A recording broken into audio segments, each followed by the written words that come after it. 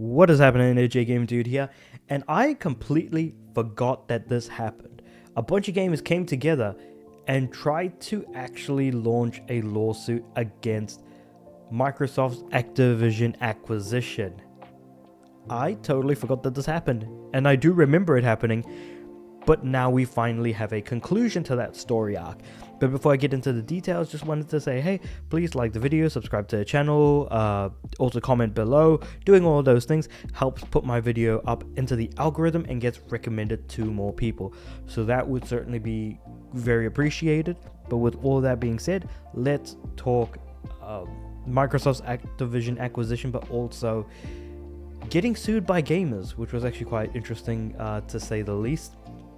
A group of gamers have filed an antitrust lawsuit against Microsoft 2 years ago, and now it's been dismissed. So it was an attempt to block the $69 billion acquisition on the grounds that the merger would reduce competition in the gaming industry, similarly to that of the arguments that were made by the FTC. Now, the FTC had actually attempted to block the acquisition by pointing out Xbox's dominance in cloud gaming specifically, and that the ownership of Call of Duty franchise should be disallowed. Now, worth pointing out, but at this point, because of this particular argument regarding cloud gaming that the FTC actually made, Xbox actually went out of their way to share their games on other cloud platforms. And it does make sense that they will try and tackle cloud gaming, because it seems like at least gaming companies are looking at cloud gaming as the future of gaming and not specifically a box that we find under our TVs necessarily. So they're trying to be like, okay, the future is coming.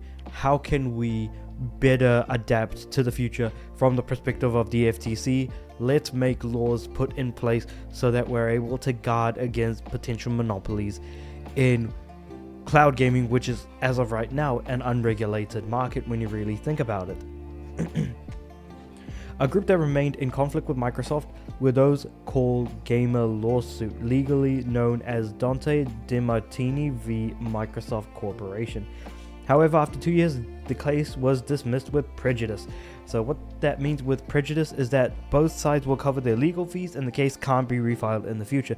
The exact terms of the settlement were not revealed.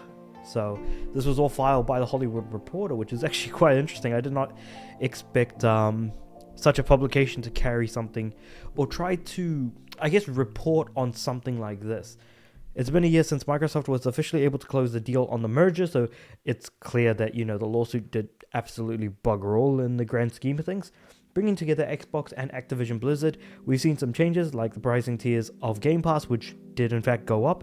Also the fact that Call of Duty COD Black Ops.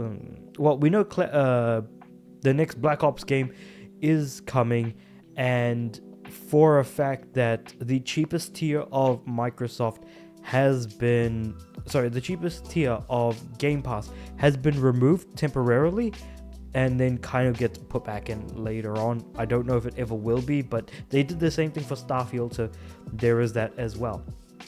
FTC isn't pleased with the changes in Game Pass, either claiming that it's the exact type of anti-consumer behavior that it was trying to protect by preventing the merger. Oh yeah, not only was there an increase in price of Game Pass, there was additional tiers added and shifts in which some tiers offered you games at day one and some tiers that did not. So again, worth keeping that in mind.